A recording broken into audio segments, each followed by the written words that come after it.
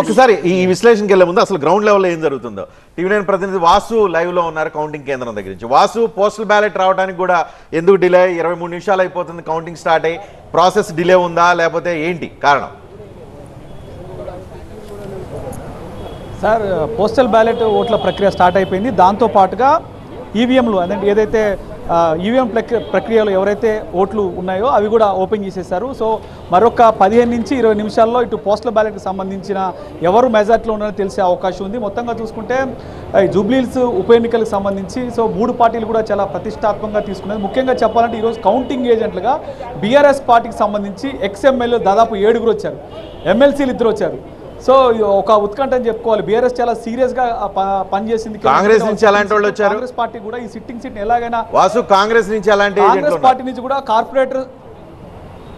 Congress party నుంచి corporator స్థాయి leaders మొత్తం కూడా అందరూ కూడా వచ్చిన సిచ్యువేషన్ మనకు కనిపిస్తుంది. ఎమ్మెల్యేలు ఎవరు కూడా రాలేదు.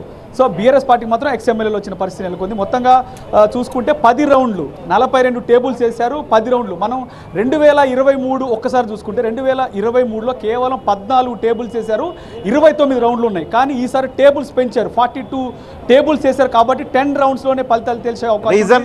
ఒక గంటలో ట్రెండ్ కూడా మనకు తెలిసిపోద్ది. సో మనకి 9:30 to 10 మధ్యలో ట్రెండ్ కూడా పూర్తిగా తెలిసే అవకాశం ఉంది. 4 అవర్స్లోనే మొత్తం ఈ ప్రక్రియ కూడా కౌంటింగ్ ప్రక్రియ ముగిసే అవకాశం కూడా మనకు స్పష్టంగా కనిపిస్తోంది.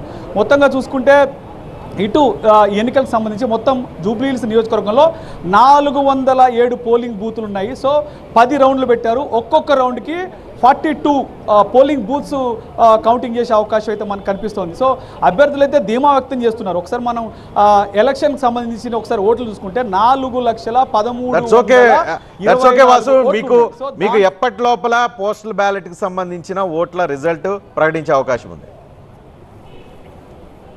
సో ఇంకొక 15 to 20 మినిట్స్లో వచ్చేస్తుంది. ఆల్మోస్ట్ ఆ ప్రక్రియ స్టార్ట్ అయిపోయింది. సో మొత్తంగా 101 ఓట్లు మాత్రమే ఉన్నాయి.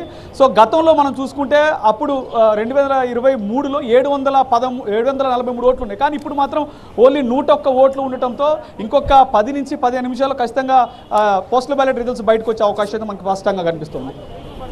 రైట్ వాసు.